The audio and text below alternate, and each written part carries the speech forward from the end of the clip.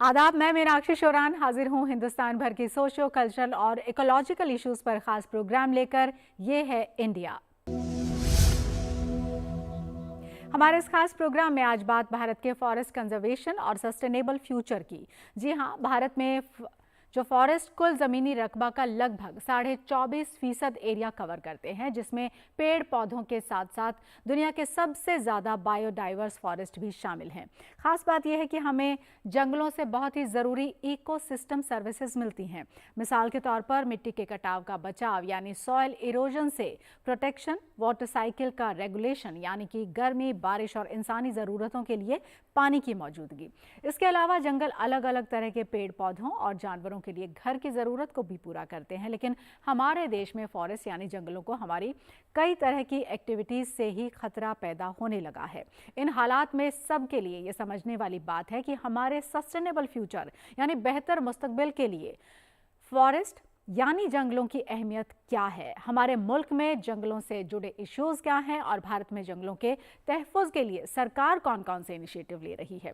इसी को डिटेल में समझने के लिए हमने इनवाइट किया है 3 खास मेहमानों को। हमारे साथ हैं ओएनजीसी के former group general manager doctor Jitendra Swaroop Sharma. Sir welcome. IIPA में assistant professor doctor Shamili Singh और the energy and resources institute में लैंड रिसोर्सेज डिवीजन के senior director doctor Jitendra Veer Sharma. आप तीनों का ही हम अपने प्रोग्राम में वेलकम करते हैं। और सबसे पहले ONGC के former group general manager doctor Jitendra स्वरूप, क्योंकि हमारे साथ 2 जितेंद्र जी आज मौजूद हैं, तो doctor JS I will call you. Doctor JS, आप हमें बताइए कि why forests are important to us. In fact हम उनको लाइफ लाइन कहते हैं, राइट। और एरिया भी हमने बताया अपने व्यूअर्स को कि काफ़ी एरिया है जो कि हमारा जो एक तरह से डाइवर्स हम उसको कह सकते हैं, लेकिन बावजूद उसके क्या वो मुकम्मल है? मैं इसके ऊपर अपने टिप्पणी देता हूँ। ये जो वन संरक्षण है या जो भी वन है, वन धरती पर लाइफ के लिए लंग्स का काम करते हैं जी। और जो आप ऑप्शन की बात कर रही हैं, ऑप्शन जहाँ दिया वहाँ काम नहीं होगा, तो थोड़ा इससे मैं असहमत हूँ। इसके लिए कहना पड़ेगा जो नेचुरल रिसोर्सेज हैं अपने, उनके ऊपर जितना प्रेशर है, एक तरफ हमारे पास लैंड एरिया कम है, पॉपुलेशन ज़्यादा है और फॉरेस्ट एरिया भी कम है, तो जो रिसोर्सेज के ऊपर जो प्रेशर है बहुत ज़्यादा है। इसको करने के लिए आपको जब तक वन जो इंडियन फॉरेस्ट सर्विसेज है या सभी लोग मिलके वन के संरक्षण के लिए काम नहीं करेंगे, ये आगे नहीं हो सकता। तो सतत विकल्प के लिए नहीं, ये मैंडेटरी होना चाहिए, विकल्प नहीं होना चाहिए। ये तो एक नंबर 1। दूसरा, लैंड पॉलिसी, जो लैंड यूज चेंज किया हम लोगों ने, वो करीब 425 मिलियन हेक्टेयर उसमें चला गया, तो इससे बड़ा नुकसान हुआ है। तीसरा, हमारे जो और कार्बन फुटप्रिंट वगैरह हैं, उसके के लिए जो क्लाइमेट इश्यूज है, जैसा आपने जिक्र किया, इको सर्विसेज हैं, इन सब के लिए कंजर्वेशन ऑफ फॉरेस्ट मस्ट है। जी मैम, आपसे जो मैं समझना चाहूँगी वो ये कि देखिए, अवेयरनेस का कोई सब्स्टिट्यूट नहीं है।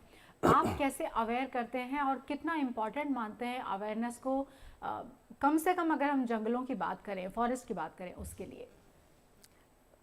आप जो बताना चाह रहे हैं कि अवेयरनेस एक बहुत ही इम्पॉर्टेंट कंपोनेंट है। देखिए, बहुत सी हमारी सरकारी स्कीम्स हैं जो कि ग्राउंड लेवल तक पहुंचते हैं, बट कई बारी क्या देखने में आता है कि वो जहाँ पे जो उनके एक्चुअल बेनिफिशरीज़ हैं उन तक हम पहुंच नहीं पाते हैं। तो हमारी कैपेसिटी बिल्डिंग, जो एक इनकी क्षमता है उनको डेवलप करना, अगर हम जंगलों की ही बात करें तो बहुत से राइट्स हैं जो ट्राइब्स के राइट्स हैं। फॉरेस्ट राइट एक्ट जो 2006 का है, उसमें बहुत सी तब्दीलियाँ, बहुत से बदलाव भी हुए। बट अगर आप इसको एक नटशेल में अगर आप देखें तो बहुत से राइट्स हैं जो कि बहुत जानकार नहीं है, लोग ट्राइब्स नहीं हैं। और जैसा कि अगर आप उसको एक उसमें देखें, एक परिप्रेक्ष्य में, तो बहुत से लोग हैं जो कि NGOs हैं, बहुत सी स्वयंसेवक संस्थाएं हैं, बहुत सी गवर्नमेंट एजेंसीज़ हैं जो कि फॉरेस्ट ड्वेलर्स पे, ट्राइब्स पे, क्योंकि सबसे पहला हक अगर किसी का जंगल पे है तो वो वहाँ के ट्राइब्स हैं, और बहुत से स्कीम्स अब चले हैं जो कि जिसमें डायरेक्ट मैं कहूँ कि एक योगदान है, और उनको बचाव का एक है, काफ़ी से अमेंडमेंट एक्ट भी आए, फॉरेस्ट कंजर्वेशन एक्ट भी आया, जिसमें टाइम पे काफ़ी बदलाव आते गए।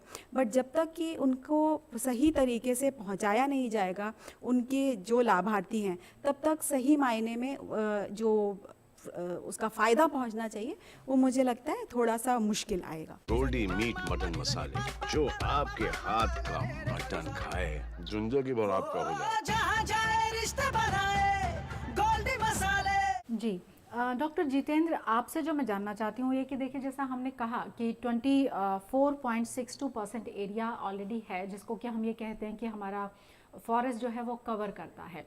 अगर उसको रेशियो वाइज देखें तो ये ठीक ठाक ही लगता है सुनने में, लेकिन जितनी हमारी पॉपुलेशन है या जिस तरीके का एक इकोसिस्टम डेवलप होने की बात होती है अपनी पॉपुलेशन में या अदर जो लैंड है उसमें और साथ ही साथ फॉरेस्ट में, तो क्या ये कॉम्बिनेशन आपको परफेक्ट नज़र आता है या इसमें और गुंजाइश आप देखते हैं? यहाँ पे मैं आपको बताना चाहूँगा कि जो नेशनल फॉरेस्ट पॉलिसी है उसका गोल है 33%। हमारे पास है फॉरेस्ट एंड ट्री कवर दोनों मिला के 24.62%। अब यहाँ पे ये भी महत्वपूर्ण हो जाता है कि जो हमारे देश की more than 80% would and would products की जो डिमांड है वो कहाँ से पूरी होती है? नेचुरल फॉरेस्ट से पूरी नहीं होती, वो पूरी होती है फार्मर्स एग्रो फॉरेस्ट्री से। और 12-13% हम लोग इंपोर्ट करते हैं और करीब 6-7% के आसपास हम अपनी नेचुरल फॉरेस्ट से लेते हैं, क्योंकि कंजर्वेशन ओरिएंटेड पॉलिसीज़ हैं हमारी, इसीलिए हम उनका हार्वेस्ट नहीं कर रहे हैं। केवल डेड एंड ड्राइड जो साल्वेज फेलिंग होती है, जो गिरे पड़े पेड़ होते हैं, केवल उन्हीं को निकाला जाता है।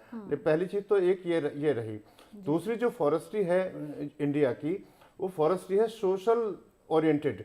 35 से 40 करोड़ लोग इंडिया के जो नेचुरल फॉरेस्ट हैं उनके ऊपर निर्भर करते हैं, और वो अपनी उसमें करीब 100 करोड़ के उसमें काफ़ी लोग इतने ऐसे हैं जो अपनी फुल और पार्शियल लाइवलीहुड जो है फॉरेस्ट से ड्राइव करते हैं। और यहाँ पे सबसे इम्पॉर्टेंट एस्पेक्ट ये है कि जो अनसस्टेनेबल हार्वेस्ट होती है उसको हम लोग थोड़ा रोक नहीं पा रहे हैं। उसके लिए उनकी कैपेसिटी बिल्डिंग, जानकारी, हालांकि राइट्स जितने भी दिए गए हैं फॉरेस्ट राइट एक्ट के अंदर,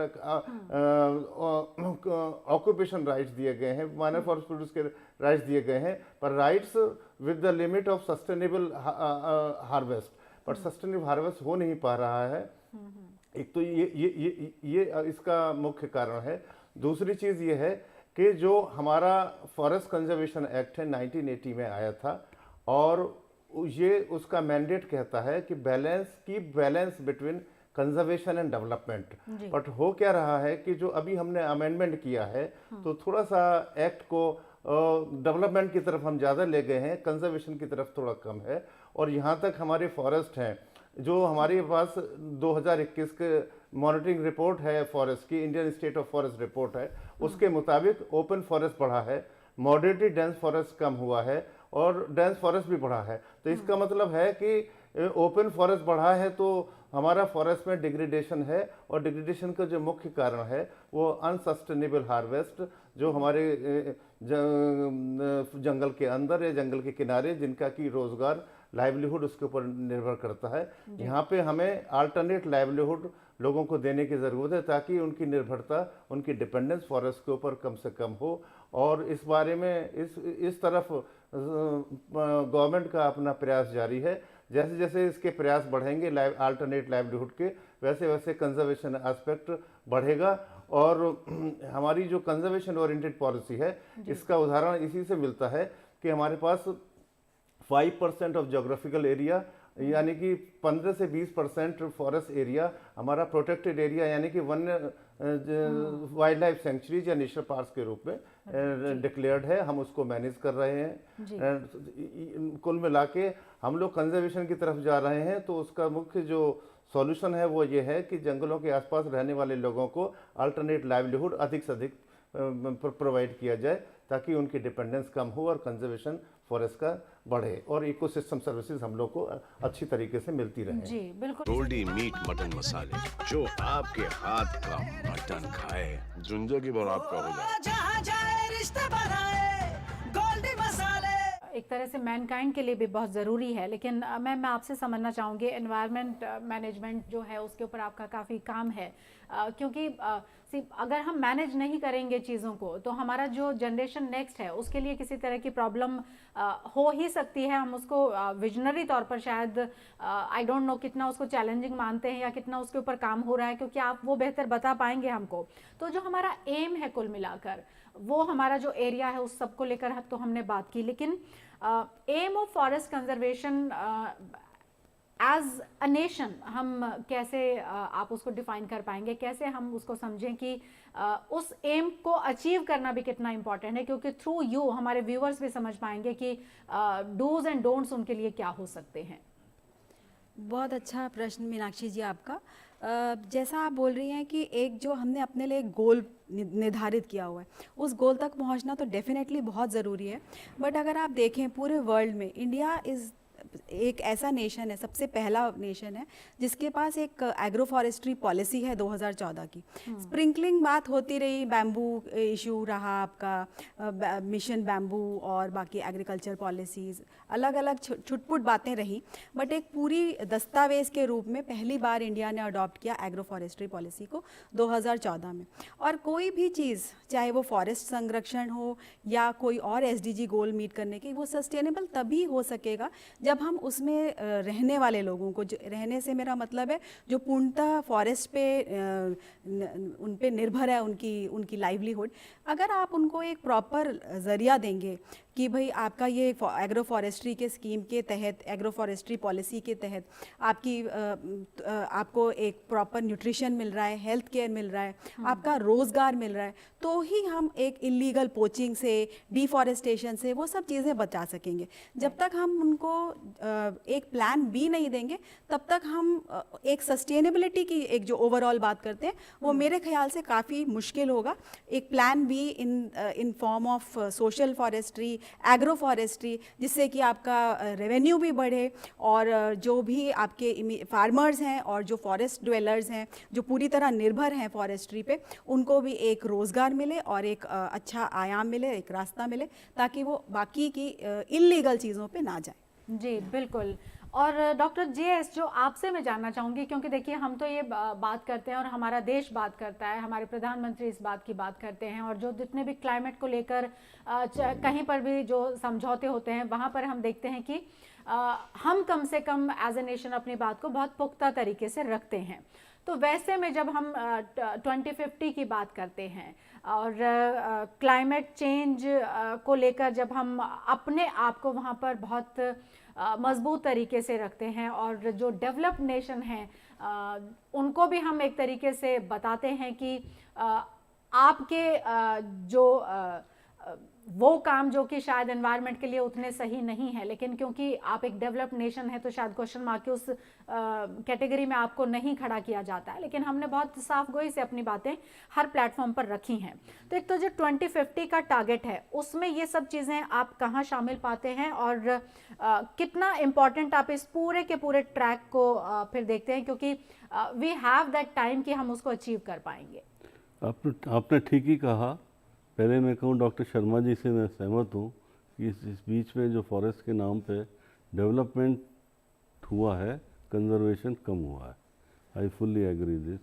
दूसरी बात आपने जो कहा 2050 एज ऑन डेट हमारा कार्बन डाइऑक्साइड एमिशन 2.6 गीगाटन है और 2050 में ये हो जाएगा 6 गीगाटन।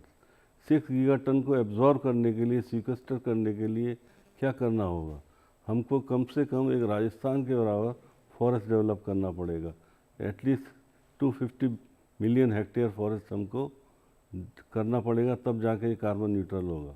इसके अलावा जो हमारे नेचुरल संसाधन हैं सबको ग्रीन करना पड़ेगा।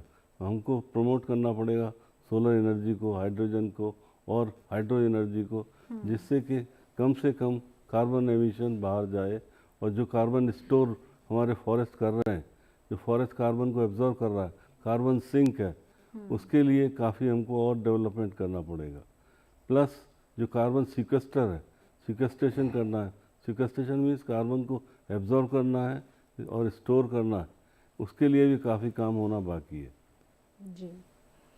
और डॉक्टर जितेंद्र, आपसे भी मैं ये जानना चाहूँगी, एसडीजी तो हमने तय किए हुए हैं कि हमारे गोल्स हैं, इनको हमें अचीव करना है, और फॉरेस्ट जैसा सर अभी बता रहे हैं कि जब हम 6 गीगा टन्स तक पहुंच जाएंगे तो एक राजस्थान जैसे बड़ा स्टेट जिसको हम कंसीडर करते हैं उतना हमको फॉरेस्ट डेवलप करना पड़ेगा। मैनग्रोव की हम बात करते हैं, हम अपने स्तर पर जो कोशिशें कर रहे हैं उनको आप कितना पुख्ता मानते हैं, या आपकी तरफ से सजेशंस क्या रहेंगे कि और किन किन चीज़ों को हम शामिल कर सकते हैं ताकि एक बेहतर कल जिसकी कि हम एक तरीके से ख्वाब बुन रहे हैं कि वैसा हो जाना चाहिए, आइडल तौर पर वैसा हो पाएगा।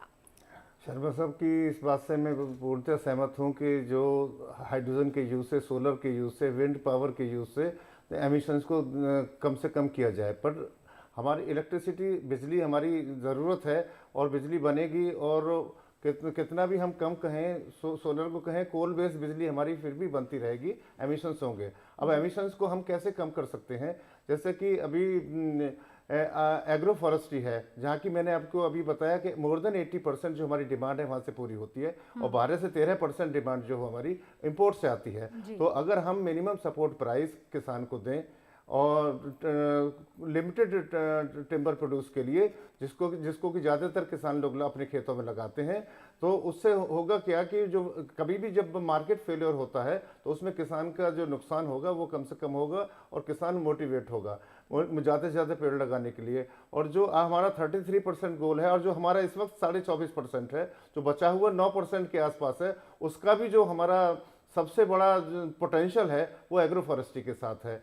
एग्रो फॉरेस्ट्री के साथ में एक नई चीज़ हम लोग कर रहे हैं, टेरी संस्था की तरफ से एक नई चीज़ कर रहे हैं कि किसान जो पेड़ लगाता है, पेड़ कार्बन डाइऑक्साइड सिक्वेस्टर करता है, और under voluntary carbon market mechanism हम किसान के जो कार्बन डाइऑक्साइड सिक्वेस्टर करता है उसको सेल परचेज कराते हैं। और हम आज की डेट में इंडिया के अंदर, पूरे देश के अंदर हमारे करीब 28 प्रोजेक्ट्स हैं जो कि जिसमें कि हम किसानों को कार्बन डाइऑक्साइड के द्वारा जो 1 टन कार्बन डाइऑक्साइड को 1 क्रेडिट बोलते हैं, 1 यूनिट बोलते हैं, उस यूनिट की फॉर्म में कार्बन डाइऑक्साइड ट्रेड होती है। ये 2-3 चीज़ें हम करें, यदि minimum support price, carbon trading, carbon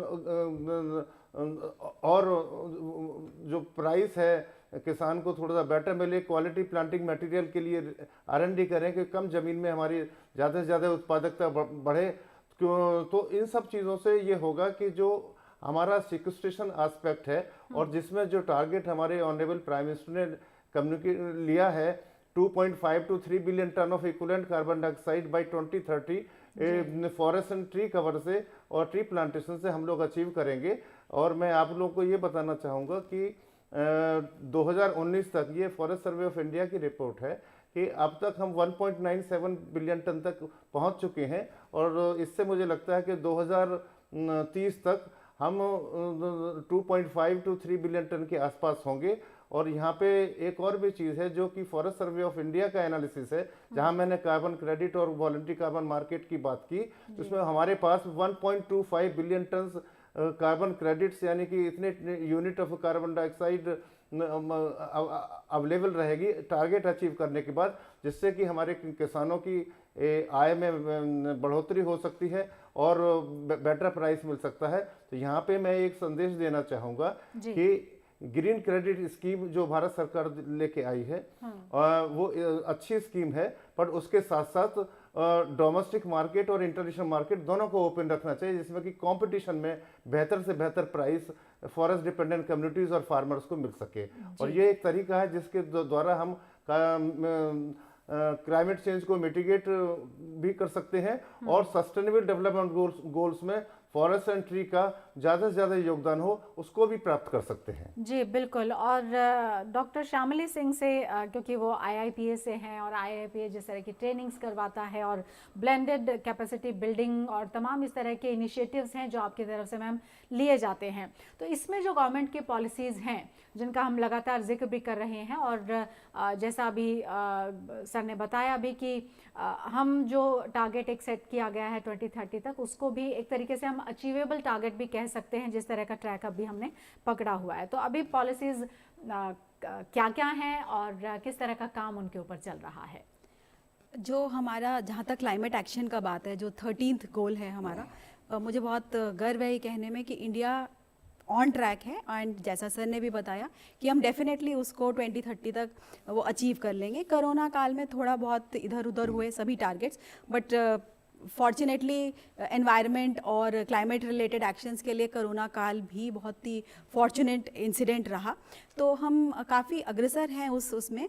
but इसमें मैं एक चीज़ ये जोड़ना चाहूँगी कि आपकी जितने भी स्कीम्स हमारी हैं सरकार की, उसमें अभी तक अगर आप देखें तो जो फॉरेस्ट एज अ सिक्वेस्टर की हम बात करते हैं, बहुत पॉलिसीज़ हैं, बहुत बातें होती हैं, बहुत इस तरह से, पर इसको देखने में क्या इम्पॉर्टेंट है कि हमारे बहुत ज़रूरी है कि हम पॉलिसीज़ को अपनी रिविज़िट करें, क्योंकि सिर्फ फॉरेस्ट का क्वांटिटी बहुत इंपॉर्टेंट नहीं है। क्वांटिटी अगर थोड़ा, मैं ये नहीं कहूँगी कि कम होना चाहिए, बट अगर क्वालिटी ट्रीज़ उगाएं जिससे कि आपकी जो जितने भी ग्रीन हाउस गैस एमिशंस हो रहे हैं वो हम अच्छे से कंट्रोल कर पाएँ।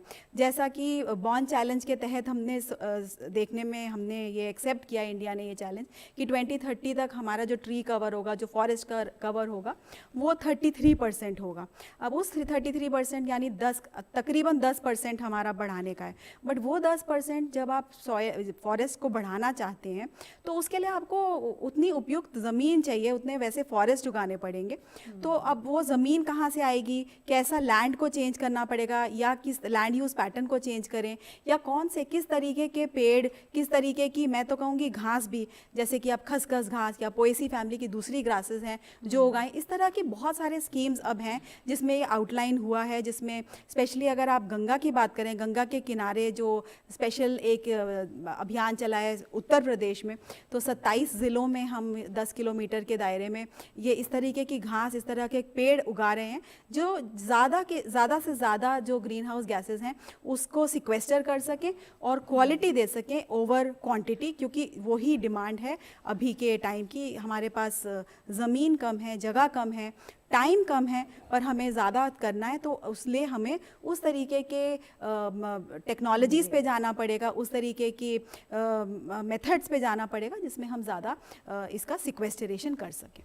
बिल्कुल, और आई एम श्योर हमारे व्यूवर्स जो आपके थ्रू सुन रहे हैं वो ज़रूर अपने जो बिट्स हैं उनको भी पूरा करने की कोशिश करेंगे, बिकॉज़ अगर हम फॉरेस्ट की बात कर रहे हैं तो ये किसी इंडिविजुअल का मामला नहीं है, ये और सिर्फ हिंदुस्तान का भी मामला नहीं है, ये हिंदुस्तान के बाहर यानी दुनिया भर का भी मामला हम कह सकते हैं। डॉक्टर जे एस, आपसे मैं ये जानना चाहूँगी, हम इंडियन फॉरेस्ट और हमारी जो पॉलिसीज़ हैं या हमारे नेशन का जो एक ट्रैक है उसकी हम बात कर रहे हैं, but is it important to us as well, like not only India, internationally जो कदम उठाए जा रहे हैं और एक जो कोऑर्डिनेशन होना चाहिए नेशन टू नेशन, वो कितना इम्पॉर्टेंट है? क्योंकि क्लाइमेट की या एनवायरनमेंट की जब हम बात करते हैं, it is not area specific, ये ओवरऑल ग्लोबली भी एक बड़े चैलेंज के तौर पर भी शायद हमको समझना चाहिए।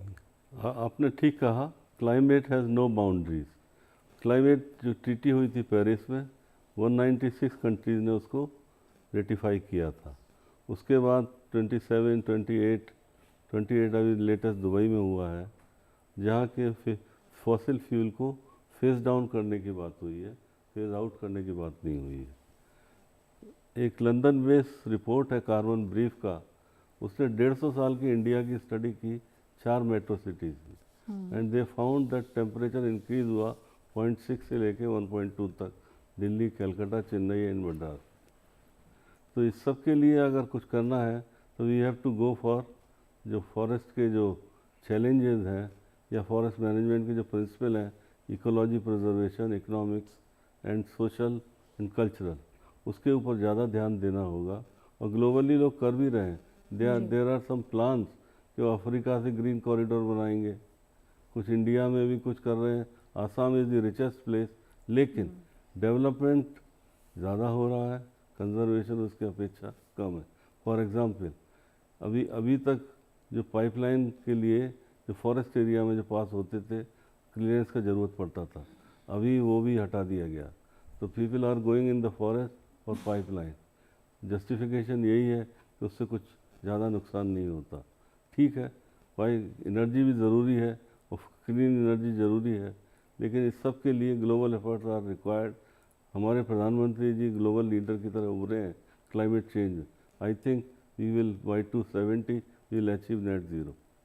जी, और डॉक्टर जितेंद्र, आपसे मैं समझना चाहूँगी, क्योंकि हम फॉरेस्ट एरिया को कैसे बढ़ाएं और नए इनिशिएटिव्स क्या लें उसके बारे में हम बात कर रहे हैं, लेकिन हमारा जो एक एनरिचिंग, हम ये कह लें कि डाइवर्साइक कल्चर भी है, और हमारे यहाँ जो ऑलरेडी जो एग्जिस्टिंग फॉरेस्ट हैं उनकी क्वालिटी को मेंटेन करे रखना वो कितना इम्पॉर्टेंट है, और क्या उसको लेकर भी हम उतने ही कॉन्शियस हैं जितने कि हम अदर जो फर्दर स्टेप्स हैं या जो न्यू स्टेप्स हैं उनको लेकर हम थोड़ा परेशान भी हैं और ये सोच रहे हैं कि और इसको कैसे हम बेहतर कर पाएँ, लेकिन जो एग्जिस्टिंग चीज़ें हैं क्या हम उनको भी इंश्योर कर रहे हैं कि वो कम से कम इंटैक्ट हमारे साथ उसी स्थिति में रह पाएँ जैसा कि वो हैं?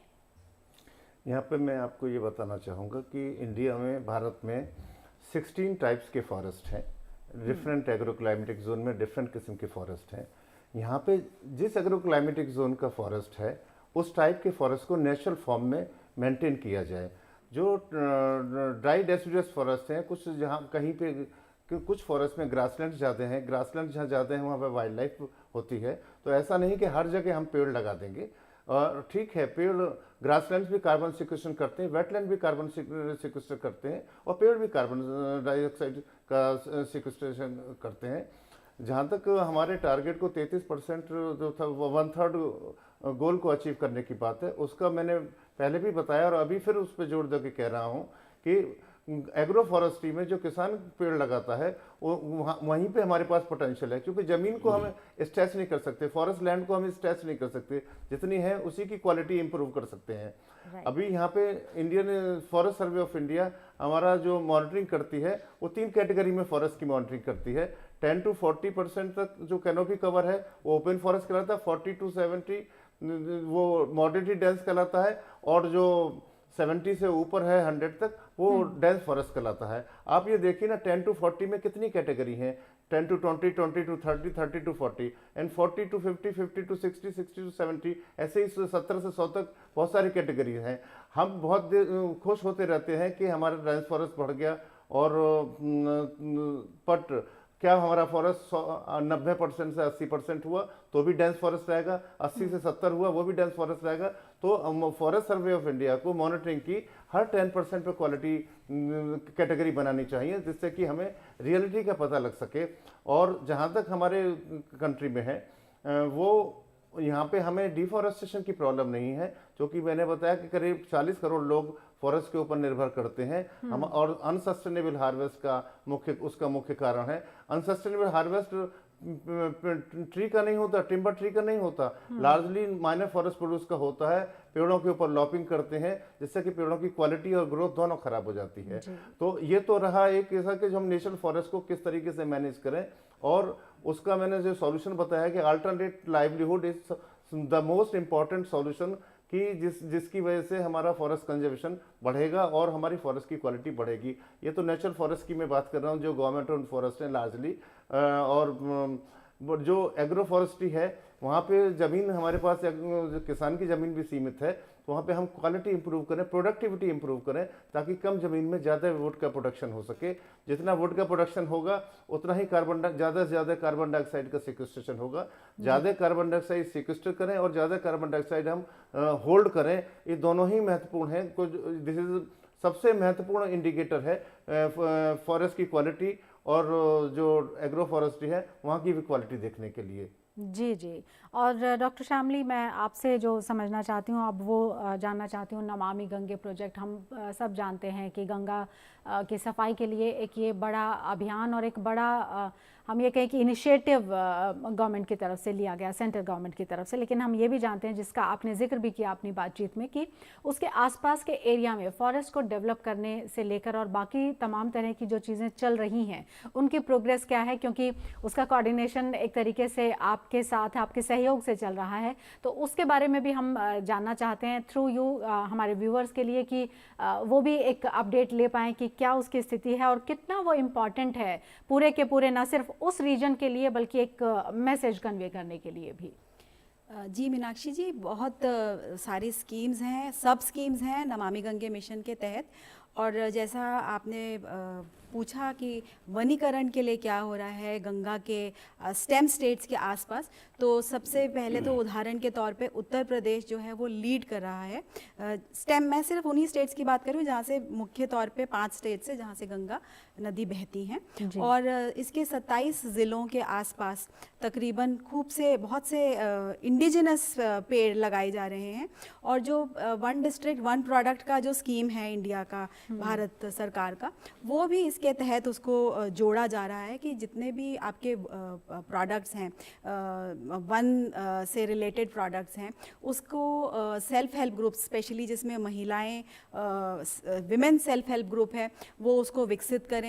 वो उसको पूरा एक सप्लाई चेन के तौर पे उसको देखा जा रहा है कि स्टार्टिंग मतलब क्रेडल टू ग्रेव अप्रोच जिसको हम कहते हैं, कि कैसे उसको उगाना है, कैसे उसमें से रेवेन्यू जनरेट करना है, और कैसे आगे बढ़ते हुए, क्योंकि देखिए फॉरेस्ट लगाना तो एक बात है, और आप तभी वो सस्टेनेबिलिटी की तरफ आप तभी जा पाओगे जबकि उसमें जो वहाँ के इमीडिएट लोग जो रहते हैं वो अपना एक इकोनॉमिक फैक्टर भी अगर उनका उसमें साथ में साझा हो सके, तो वो अपने आप उसके उसमें उनमें अचानक सा जो वो कहेंगे ना कनेक्ट आ जाता है, वो कनेक्ट आता है, और वो तब उसको अपना समझ के उस तरफ जाएंगे।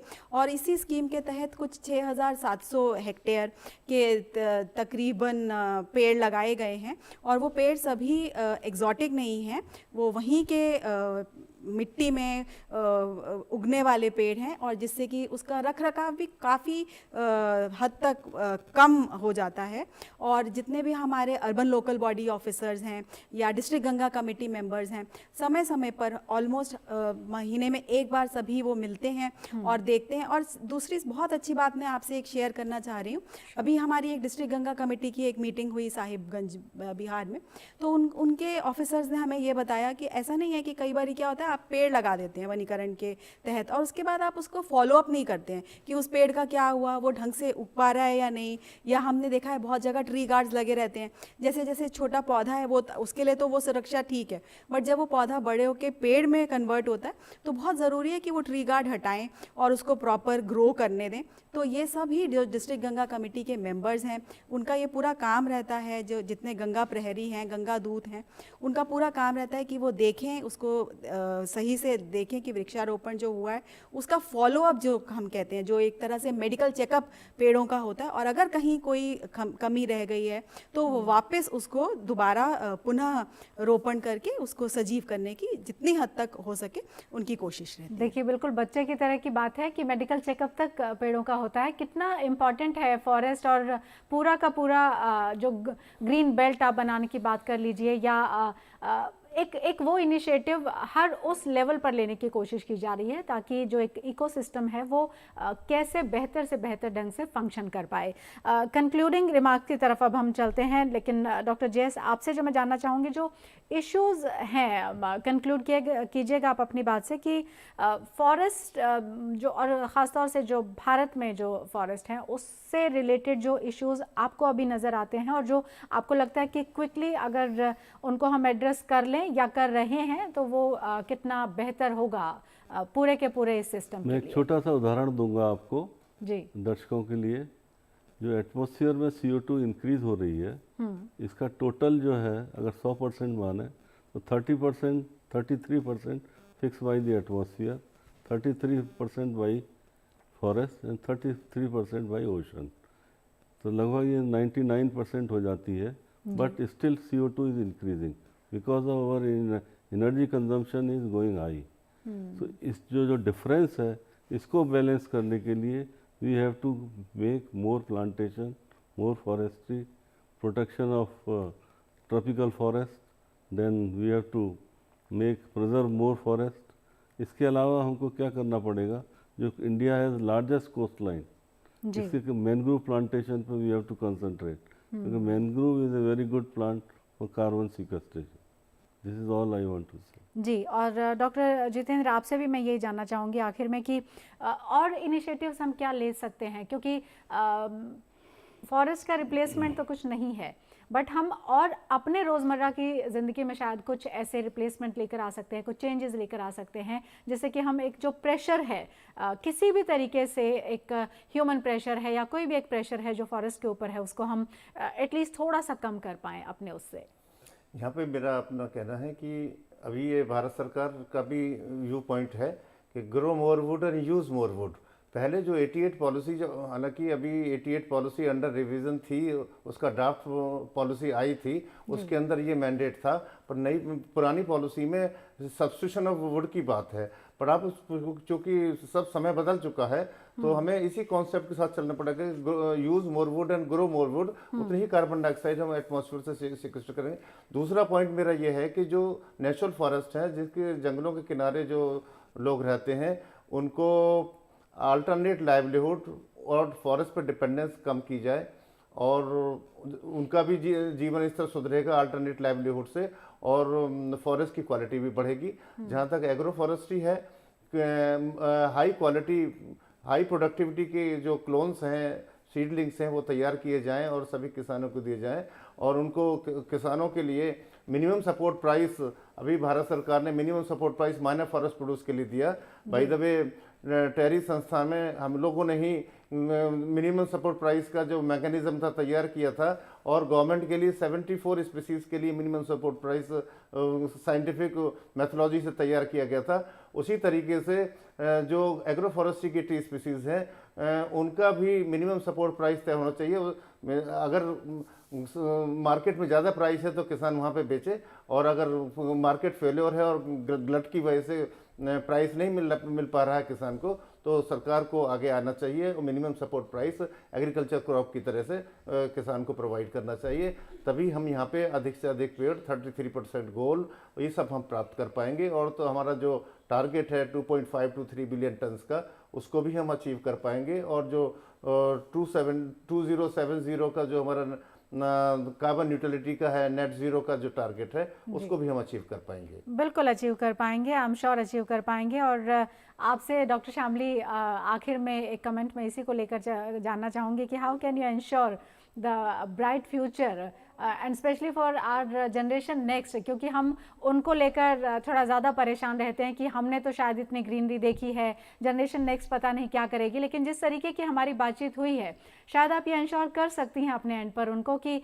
शायद इससे भी बेहतर हरा भरा माहौल उनको हम दे पाएंगे।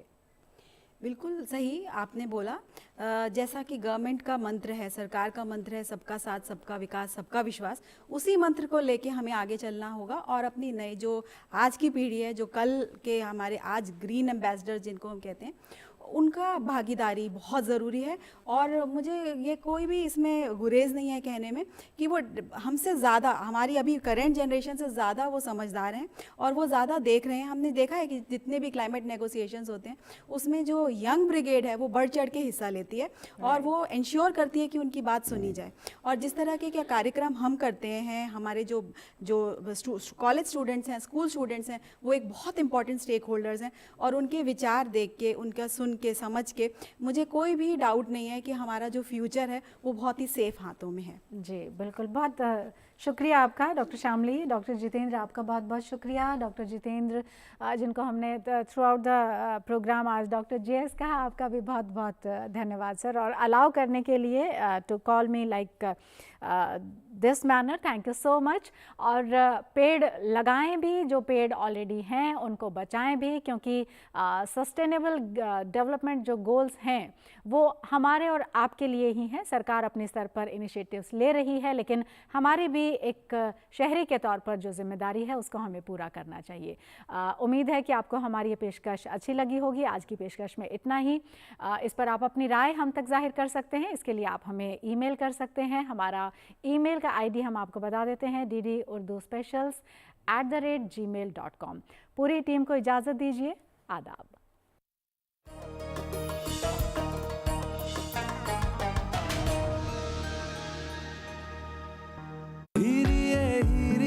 वाह मिस नौटंकी, कोई मिला नहीं और संगीत प्रैक्टिस शुरू। मिसेस नौटंकी डैड, आप बस करो मेरी शादी की तैयारी, क्योंकि अब है गारंटी हमारी। Shaadi.com, register now.